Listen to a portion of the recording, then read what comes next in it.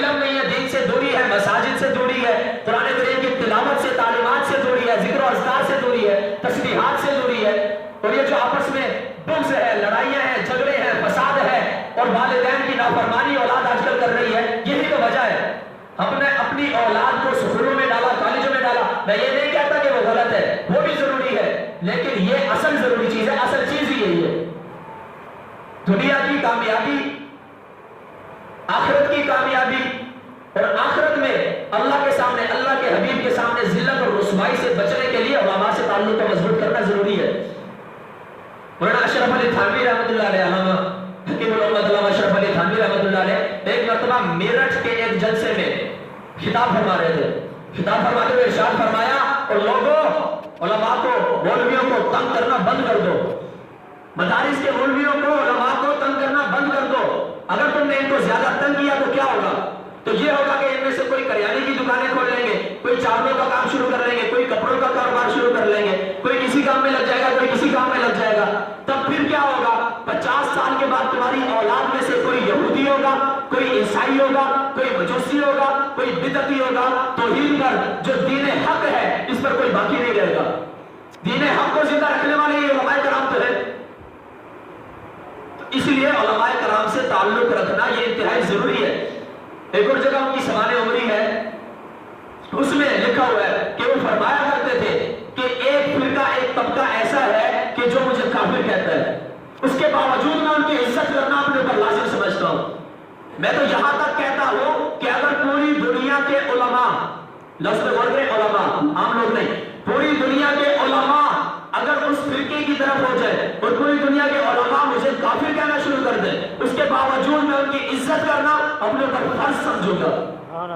اس کی وجہ کیا ہے کہ وہ علماء ہے، علماء کا یہ مقام ہوا کرتا ہے، علماء کی یہ عزت ہوا کرتی ہے، یہ رتبہ ہوا کرتا ہے، اور یہ رتبہ اللہ تعالیٰ نے دیا ہے، اللہ کے نبی نے دیا ہے۔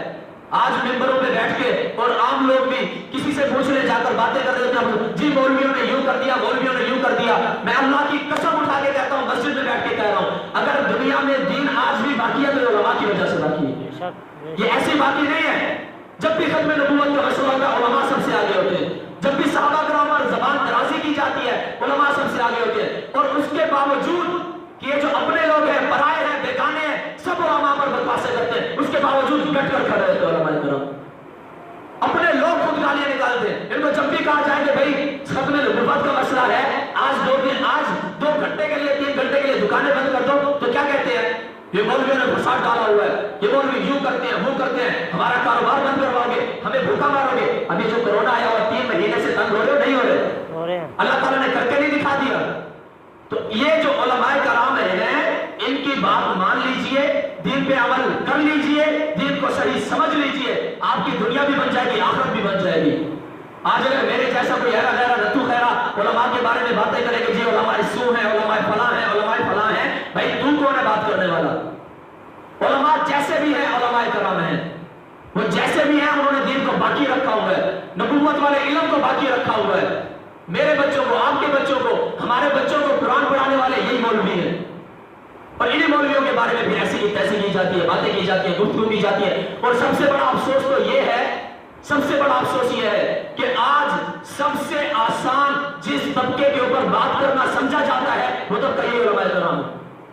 قصور کیا ہے ان کا؟ کہ اللہ کی طرف بلاتے ہیں، اللہ کے دین کے مسائل سمجھاتے ہیں، نبی کی احادیث سناتے ہیں، نبی کی ختم نبوت کے تحفظ کے لیے اٹھ کر کھڑے ہو جاتے ہیں، صحابہ کرام پر زبان درازی کرنے کے خلاف اٹھ کر کھڑے ہو جاتے ہیں، یہ ان کا قصور ہے۔ اور میں نے جیسے شروع میں عرض کیا تھا کہ جنگ کی 2 قسمیں ہیں، تو عسکری جنگ میں تو یہود کامیاب نہ ہو سکے، لیکن یہ جو نظریاتی جنگ تھی اس میں یہود کامیاب ہو گئے۔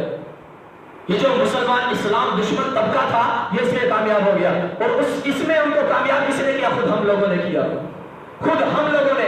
ہمیں کسی مسئلے کا پتہ نہیں ہے، کسی بات کا پتہ نہیں ہے، کسی عالم کی بات آ گئی، کسی شخص نے کہہ دیا کہ فلاں یوں ہے، تو ہم نے تحقیق تو کرنی نہیں ہے نا، جس نے کہا کہ ہاں بھی ایسی ہے، ٹھیک ہے، اور پھر اپنے تک بچنے کی آگے 4 لوگ ملے، ان کو بھی یہ بات کیوں فلانا مولوی تو یوں ہے، انہوں نے آگے اور 4 لوگوں کو بتایا کہ جی فلانا مولوی تو یوں ہے۔ تم نے تحقیق کی، تم ان سے ملے، تم نے ان سے ملاقات کی، ان سے گفتگو کی، ان کے ساتھ 4 منٹ 5 منٹ بیٹھ کے بات بھی کی ہے، ان سے کبھی ملے بھی ہو زندگی میں؟ نہیں، پھر تم کیسے کہہ رہے ہو؟ چپ۔ آج دنیا میں جو سب سے مظلوم ترین طبقہ ہے وہ یہ علماء کرام ہے، یہ مولوی ہے. ہمارے جیسے تو خیر فیصلہ دے کھڑے ہو جاتے ہیں، جج بن کے کھڑے ہو جاتے ہیں، فلاں مولوی ہوں، فلاں مولوی ہوں، فلاں مولوی ہوں. خدا کی قسم اگر اللہ رب العزت اس دنیا سے علماء کو ختم کر دے، یہاں کوئی اللہ کا نام لینے والا باقی نہیں رہے گا. اللہ کے نبی نے خود فرمایا تھا کہ قیامت کے نزدیک جو اللہ تعالیٰ علم کو اٹھا لیں گے لوگوں سے، وہ لوگوں کے سینوں سے نہیں کھینچیں گے، وہ علماء کی موت کے ساتھ لوگوں سے دین کو کھینچیں گے، علم کو کھینچیں گے. کہ اللہ رب العزت کے جو علماء ربانیین ہیں، علماء حق ہیں، اللہ رب العزت ایک ایک کر کے ان کو اٹھانا شروع کر دیں گے. اس طرح لوگوں میں دین ختم ہو جائے گا. اور اس کے بعد کیا ہوگا؟ لوگ جاہلوں کو اپنا امام بنا لیں گے، فساد پھیلانے والوں کو، لڑائی جھگڑے کرانے والوں کو اپنا امام بنا لیں گے، اور اس کے بعد پھر ان سے مسائل پوچھیں گے اور وہ مسائل کا بغیر علم کے جواب دیں گے. آخر میں کیا ہوگا؟ فضلوا واضلوا، خود تو گمراہ ہیں ہی ہیں، لوگوں کو بھی گمراہ کریں گے. تو آخر میں یہ بچے گا. یہ علماء کرام جب اللہ رب العزت اٹھا لے گا تب آپ لوگوں کو، ہمیں اور آپ کو ان کی قدر کا پتہ چلے گا. اور جب کوئی چیز چھن جائے بعد میں اس کی قدر پتہ بھی چلی تو کیا چلی؟ جو دنیا سے ہی چلا گیا اس کے بعد اگر اس کی تعریف کی بھی تو کیا کی؟ جب دنیا میں موجود تھا تب تو ہم نے ذلیل کرنے میں کوئی کسر نہیں چھوڑی. جب دنیا میں موجود تھا اس وقت تو ہم نے ان کی کوئی بات سنی نہیں، ہم ان کو گالیاں دیتے رہے، خود بھی گالیاں دینا ثواب سمجھتے رہے. اپنے بچوں کو بھی یہی سکھایا فلاں مولوی کو سلام نہیں کرنا، فلاں مسجد میں نماز نہیں پڑھنی، فلاں مولوی سے ہاتھ نہیں ملانا، کہیں راستے میں مل جائے تو اس کی طرف دیکھنا نہیں. یہ تو ہم تعلیمیں دے رہے ہیں. تو آخر میں یہی ہونا ہے نا. اللہ رب العزت تو بڑا غیور ہے، اللہ کی ذات بہت غیور ہے. وہ اپنا نام لینے والوں کی ناقدری دنیا میں برداشت نہیں فرماتا. وہ پھر کیا کرے گا وہ ان علماء کو؟ اب علامہ عبدالستار توسی صاحب رحمۃ اللہ علیہ چلے گئے. اسی طرح اور کتنے بزرگ ہیں، مولانا عبد المجید لدھیانوی رحمۃ اللہ علیہ، بہت بڑے عالم دین تھے، وہ چلے گئے. لاہور کے تھے، پی ایچ ڈی تھے لندن سے. علامہ خالد محمود سومر رحمۃ اللہ علیہ وہ دنیا سے چلے گئے. آپ اپنی طرف آ جائیں، ادھر خواجہ خان محمد صاحب رحمۃ اللہ علیہ وہ چلے گئے. تو اللہ تو ایسے ایک ایک کر کے اٹھا رہا ہے اور ہمیں پتہ ہی نہیں ہے. ہمارے کان پہ جو تک نہیں رہی تھی، ہمیں محسوس ہی نہیں ہوتا ہمارا کیا نقصان ہو گیا. اپنی ذہن سازی کیجئے، مہربانی کیجئے، اپنے اوپر ترس کھائیے، اپنے آنے والی قوم کے اوپر، عوام کے اوپر، اپنے بچوں کے اوپر ترس کھائیے. انہیں سمجھائیے کہ اگر دین کو اس دنیا میں باقی رہنا ضروری ہے تو پھر علماء سے تعلق رکھیں، علماء سے پوچھیں. کوئی مسئلہ نہیں ہوتا، ہمیں سمجھ نہیں آتی، پتہ نہیں ہوتا، ہم سوال کس سے کرتے ہیں؟ اپنے جیسے سے. اپنے یار یہ مسئلہ سمجھ نہیں آ رہی ہے کیسے کرنا ہے، اب اس کو جیسے پتا اس نے ویسے بتا دیا، تحقیق اس کی تھی نہیں، ایسے گمراہیاں پھیل رہی. جب آپ کے پیٹ میں درد ہوتا ہے کبھی موچی کے پاس گئے ہو کہ یار میرے پیٹ میں درد ہے ذرا دوائی بتا دو؟ کبھی کوئی نہیں جائے گا. کبھی کسی ڈاکٹر کے پاس کوئی نہیں جائے گا میری ٹوٹی خراب ہو گئی ذرا کے پلمبری کر دے. کبھی کوئی. اب علماء کے بارے میں یہ بھی ایک بات ہوتی ہے بڑی مشہور ہے، مجھے بہت حیرت ہوتی ہے کہ جی ان مولویوں کے پلے ہے کیا سوائے نمازوں کے اور قرآن پڑھانے کے؟ ان کے پلے کیا ہے؟ میں سوال کرتا ہوں یہ جو ڈاکٹر ہے ان کے پلے کیا ہے سوائے ڈاکٹری کے؟ ان کو کوئی جا کے کہے ذرا ٹوٹی لگا، ہماری لگا دیں گے؟ ان کو کوئی کہتے ہیں ہماری جوتی ہمارے کپڑے سیدھے سی دیں گے؟ یہ جو انجینئر ہیں ان کے پلے روڈوں بنانے کے علاوہ اور کیا ہے؟ تو ہر شخص ہر طبقہ اپنے کام میں ماہر ہوا کرتا ہے. یہ تو بے وقوفی والا سوال ہے کہ علماء کے پلے کیا ہے. علماء کے پلے وہ دین ہے وہ تو سیکھ لو. علماء کے پلے جو کچھ ہے اس کی تو ہمیں قدر ہی نہیں ہے نا. دین ہمیں مفت میں مل گیا. صحابہ کرام نے اپنی گردنیں کٹوائی، اپنے جسم کٹوائے، اپنی چمڑیاں اتروائی اور دیگ میں تیل کے کھولتے ہوئے دیگوں میں ڈال کے ان کو ابالا گیا. انہوں نے تو ایسے دین کی حفاظت کی اور ہمیں پرواہ نہیں ہے، ہمیں مفت میں مل گیا. جو چیز مفت مل جائے اس کی ایسی ناقدری کی جاتی ہے جیسے ہم کر رہے ہیں. دین کا نام لینے والوں کو ذلیل کر رہے ہیں. 15 سال 20 سال کوئی شخص ہمارے علاقے میں آ کر دین کی خدمت کرے اور آخر میں ہم سارے اکٹھے ہو کر اس کو پیٹنے کے لیے آ جائیں گے. یہ تو ہمارا حال ہے. ہم نے اس کی قدر تو کی نہیں. ہم نے دیکھا ہی نہیں کہ اس نے ہمارے بچوں میں دین کو زندہ کیا، ہمارے بچوں کو قرآن پڑھایا، ہمارے بچوں کو تربیت دی، دین سکھایا. خود ہمارا جو ہمارے بچے عدم کر رہے ہیں یہ اسی نے سکھایا تھا، ہم دیکھتے ہی نہیں ہیں. اس چیز کی ہمیں پرواہ نہیں ہے. ہم تو کہتے ہیں جی مولوی ہے، ایک چلا جائے گا دوسرا آ جائے گا، دوسرا چلا جائے گا تیسرا آ جائے گا. لیکن ہمارے اس علاقے سے ہماری مسجد سے دین کا جنازہ بھی ساتھ جائے گا. جب عالم یہاں سے جائے گا، جب یہاں سے دین کا نام لینے والا جائے گا تو ہمارے ایمان کا، اسلام کا، دین کا جنازہ بھی ساتھ جائے گا. تو اس لیے میری آپ تمام حضرات سے درخواست ہے جو یہاں سن رہے ہیں، 2-4 کو بھی میری بات سمجھ آ جائے میں سمجھتا ہوں میری نجات کے لیے کافی ہے. تو میری آپ تمام حضرات سے درخواست ہے جب بھی دینی مسئلہ کوئی پوچھنا ہو علماء سے رجوع کریں، مولوی سے رجوع کریں، اپنے جیسوں سے سوال نہ کریں. ایسا نہ ہو کہ حدیث کا مصداق ہم پر اور آپ پر لازم آ جائے کہ فضلوا واضلوا، خود تو گمراہ ہے نہیں دوسرے کو بھی گمراہ کیا جائے. تو ہمیشہ جیسے پیٹ درد کے لیے ڈاکٹر کے پاس جاتے ہیں، ٹوٹی جڑوانے کے لیے پلمبر کے پاس جاتے ہیں، اپنا جوتا سلوانے کے لیے موچی کے پاس جاتے ہیں، کپڑے سلوانے ہو تو درزی کے پاس جاتے ہیں، گوشت لینا ہو